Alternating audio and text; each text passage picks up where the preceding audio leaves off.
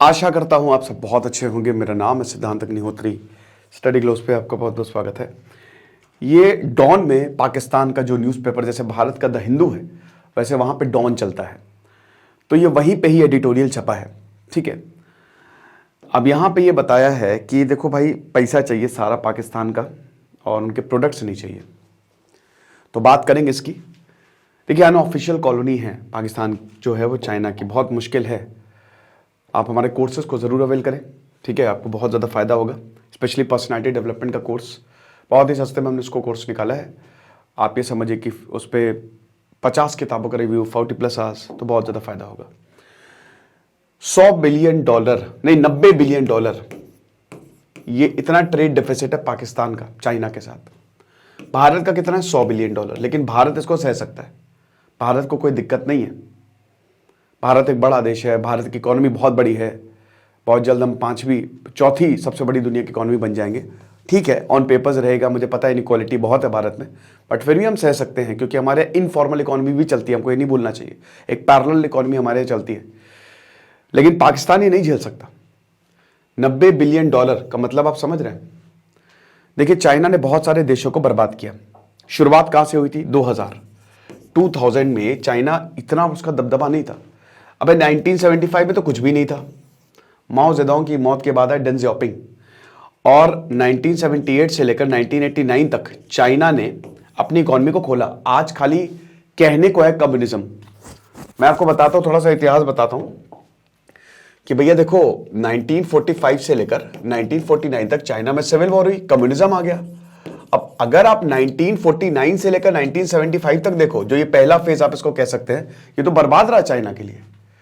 China बर्बाद हो गया। माओ जेडोंग ने, बहुत बड़े क्रांतिकारी थे वो, बट इकोनॉमी की एबीसीडी भी उनको नहीं आती थी। बर्बाद कर दिया चाइना को पूरा। लोग मार रहे हैं, पीट रहे हैं, कल्चरल रेवोल्यूशन के नाम पे हत्याएं हो रही हैं, पर्ज हो रहे हैं, बुरी हालत। अलग थलग पड़ा, ना अमेरिका सपोर्ट कर रहा, ना कुछ भी नहीं है। फिर जब डेंग जियाओपिंग आए 1978 से लेकर 1989 तक, इनको फादर ऑफ मॉडर्न चाइना बोला जाता है। इन्होंने चाइना को खोल दिया। इन्होंने वैज्ञानिकों को बोला, मतलब जो भी स्टूडेंट थे, बोला कि जाओ अमेरिका जाओ, वहां पढ़ के आओ, फिर यहां वापस आना। इन्होंने घर दिए सबको, इन्होंने पैसा लाया, इन्होंने अमेरिका से रिलेशंस अच्छे बनाए, इन्होंने टेक किया। ये इन्होंने एक्चुअल में चाइना को बनाया है। फिर हु जिनताओ आए, और लेकिन मेन जो दोस्तों, शी जिनपिंग के आने से चीजें बहुत बदली हैं। बट 2000 के बाद से ये हो गया था। चाइना 2000 के बाद से, एक तो लेबर मार्केट में चाइना, मैंने क्या बताया कि चाइना ने, जब डेंग जियाओपिंग ने इसकी जो नींव तैयार की, ठीक है, बहुत सारे लोगों ने स्किल सीखा, और चाइनीज बड़े मेहनती होते हैं, 24-24 घंटे वो काम कर लेंगे। और चाइना ने अपने टैक्स में बदलाव किया, चाइना में अपनी जो फ्लोटिंग रेट पॉलिसी, उसमें करेंसी में, तो बेसिकली यहां पे बड़े बड़ी जो जैसे अमेरिका है, ठीक है, चाइना ने बोला हमारे आ जाओ, हमारे यहां आ जाओ, कंपनी तुम अमेरिका में मत लगाओ, हमारे यहां पे आ जाओ। आप अमेरिका में अगर एक आपके नल खराब हो गया, भारत में कितना, 250 रुपए में, 300 रुपए में प्लम्बर आ जाएगा। अमेरिका में आपको 7000 रुपए देने पड़ सकते हैं। इसलिए अमेरिका में ज्यादातर काम सब खुद ही करते हैं। तो अमेरिका में लेबर बहुत महंगा है, और चाइना और भारत में लेबर बहुत सस्ता है। चाइना इसमें बाजी मार ले गया। चाइना ने बोला हमारे पास लेबर सस्ता है, हमारे पास टैक्स भी कम है, हम आपको खुली छूट देंगे, हमारे पास आ जाओ। पूरी दुनिया की कंपनी चाइना चली गई। और यहां चाइना ने खुद का भी फिर बहुत कुछ, चाइना ने, देखिए, कंपनी भले ही चाइना ने अपने यहां सेटअप की हो, लेकिन अंदर नहीं आने दिया उन कंपनी को। बोला दूर। चाइना को खुद का यूट्यूब नहीं है, व्हाट्सएप नहीं है, वो अपनी बाइडू चलाता है, वीचैट चलाता है। तो यहां पे चाइना इस मामले में बहुत आगे निकला। दुनिया की सबसे बड़ी कैपिटलिस्ट कंट्री है चाइना, खाली कम्युनिज्म का मुखौटा ओढ़े हुए। इस दुनिया में हर कोई अब कैपिटलिज्म की राह पे चल गया। इसका सबसे बड़ा, आप पहली बात तो इनइक्वालिटी, और सबसे, देखिए, इक्वालिटी कभी नहीं आ सकती, हमेशा थोड़ी बहुत इनइक्वालिटी रहेगी। लेकिन इनइक्वालिटी रहे, बट जो इंसान है उसको रोटी तो नसीब हो, घर तो हो उसके पास। मैं नहीं कह रहा हूं कि हर कोई धीरूभाई अंबानी बन जाए, बट कम से कम बेसिक स्टैंडर्ड ऑफ लिविंग तो हो उसका।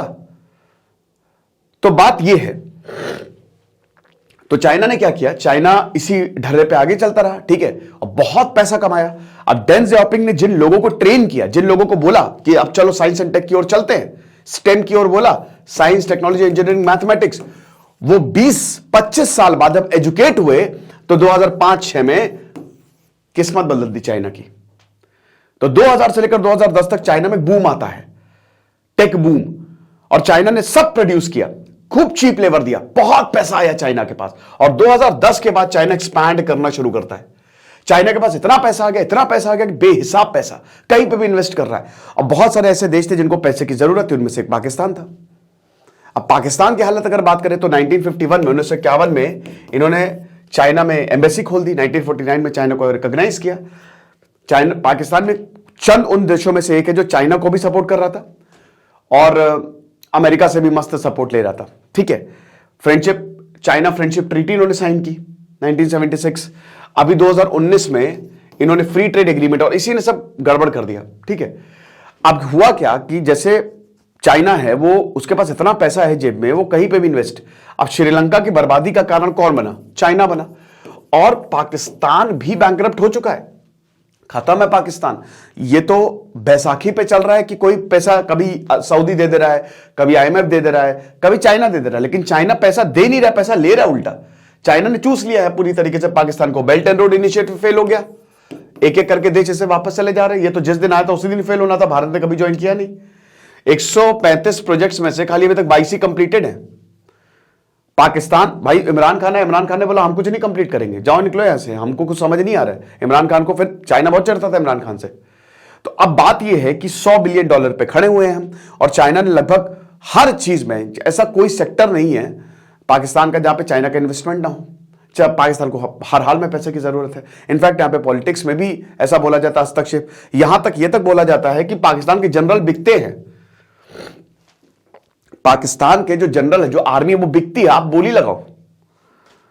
तो भयानक करप्शन है पाकिस्तान में। कमर जावेद बाजवा खुल के, वो जो उनके कौन थे, बहुत जियो टीवी के जो रिपोर्टर, बड़ा वायरल भी हुआ था, मैंने उसको कवर भी किया था 3-4 महीने पहले। उन्होंने कहा था कि कमर जावेद बाजवा मुझसे बोल रहे हैं कि तुम तो बहुत पैसा कमाते हो, तुमने तो काफी पैसा कमाया। सोचिए, माइंडसेट ही उनका पैसे। तो ऐसा अगर इंसान होगा तो आप तो खरीद सकते हो उसको। तो चाइना ने, लेकिन अब इसका खामियाजा किसने के भुगता? पाकिस्तान के जो जनरल लोग हैं, जो आम जनता है वहां की। बहुत मुश्किल हुआ है पाकिस्तान में, वहां पे आम जनता इस समय बहुत परेशान है, पेट्रोल आसमान छू रहा है।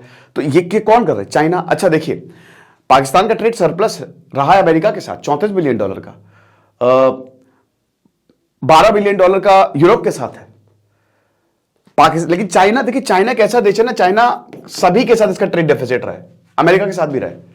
अब चाइना, अगर आप, ऐसा कोई देश है जिसने चाइना को पछाड़ा है? हाँ, आप विश्वास नहीं करेंगे, ताइवान। ताइवान $156 बिलियन का ट्रेड डेफिसिट, चाइना को पैसे देने ताइवान को। ताइवान भाई बहुत डेवलप्ड है, बहुत, वहां पे सेमीकंडक्टर का हब है, और आगे आने वाले समय में सॉलिड स्टेट फिजिक्स पूरी दुनिया को टेक ओवर करने वाली है। जिसने सॉलिड स्टेट फिजिक्स में इन्वेस्टमेंट किया वो राजा है। अगर स्टार्टअप करना है तो इसमें इसी सेक्टर में जाओ, राजा बन जाओगे अगले 2-3 सालों में। तो ताइवान जो है $156 बिलियन, फिर उसके बाद ब्राजील रहा है, जापान रहा है, ताइवान अभी प्रेजेंट में है, साउथ कोरिया रहा है, इंडोनेशिया रहा है। तो ये कुछ साउथ ईस्ट एशियन नेशंस ऐसे हैं जिन्होंने चाइना के साथ ट्रेड डेफिसिट किया है, ट्रेड सरप्लस किया है, कि चाइना को पैसे देने हैं। लेकिन अब दोस्तों हालात बदल गए हैं। श्रीलंका को जैसे बर्बाद किया, वैसे ही पाकिस्तान, ग्वादर पूरा चाइना के कंट्रोल में है। पाकिस्तान के बहुत सारे हर जगह चाइना का इन्वेस्टमेंट है। इनफैक्ट बहुत सारे लोन्स दे रखे हैं चाइना को, चाइना ने पाकिस्तान को। और चाइना के लोन्स ऐसे होते हैं ना कि वो लोन देगा, अगर आप पैसे नहीं चुकाओगे तो आपका कुछ ना कुछ ले लेगा। ठीक है, श्रीलंका का हम्बन तोता लिया, और अब इंडियन ओशन में बहुत बड़ा खतरा जो है वो पैदा हो गया है, आपको पता है।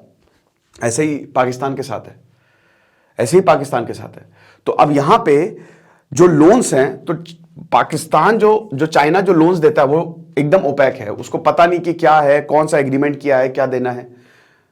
और टू बी वेरी फ्रैंक, ये भी नहीं पता कि कितने पैसे लिए हैं यहां पे पाकिस्तान ने।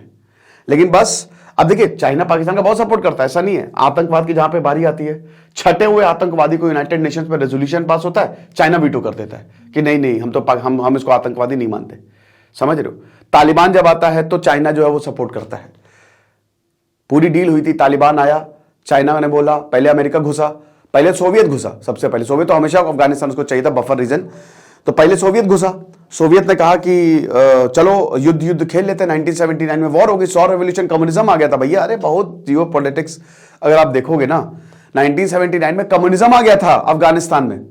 ठीक है, सोवियत की वजह से अमेरिका घुस गया, मुजाहिदीन खड़ा कर दिए। 10 साल सोवियत की वॉर चली। भाई देखो, वॉर, अब जैसे अभी इजराइल हमास की वॉर चल रही है, मेन क्या है, अल्टरनेटिव, मेन पीछे का मकसद ये कि अल्टरनेटिव रूट बना दो। इधर स्विस कैनाल है, इधर आप मेडिटेरेनियन कैनाल बना दो, दूसरा बना दो, लेकिन वो नॉर्थ गाजा से जाएगा। तभी इजराइल कह रहा है कि सब साउथ शिफ्ट हो जाए, और इसीलिए यूके यूएस। तो अगर आप देखोगे ना, हर युद्ध के पीछे पैसा होता है, इंटरेस्ट होते हैं कि यहां पे हम खूब का पैसा कमाएंगे। तो यही चाइना का भी हाल रहा है कि खूब पैसा कमाओ। तो तालिबान, अफगानिस्तान में बहुत अनटैप्ड रिसोर्सेज हैं, नेचुरल गैस के हैं, पेट्रोल के हैं, बहुत सारे रिसोर्सेज हैं, मिनरल्स के हैं। तो पहले अमेरिका को लगा, पहले सोवियत को लगा, सोवियत ने सब फिर समझ लिया कि भाई कुछ होने वाला नहीं, भागा। फिर अमेरिका को लगा, भागा अमेरिका ने, बिलियंस ऑफ डॉलर 20 साल रह के कुछ नहीं मिला। और अब चाइना को लग रहा है, तो चाइना ने पाकिस्तान को बोला कि भाई तुम मदद करो, तालिबान आएगा, हम पैसे कमाएंगे, कुछ नहीं मिलने वाला है। इनफैक्ट पाकिस्तान और तालिबान अफगानिस्तान की वॉर पे खड़े हुए हैं। तो ये हिसाब किताब है, हालात बहुत बुरे हैं इस समय। और अब देखिए उन्हीं के न्यूज़पेपर्स में ये सारी खबरें चल रही हैं। तो ये था, आई होप आपको समझ में आया होगा। बाकी जो भी हो आप मुझे बताइएगा, कोर्स को जरूर अवेल करें। Thank you so much.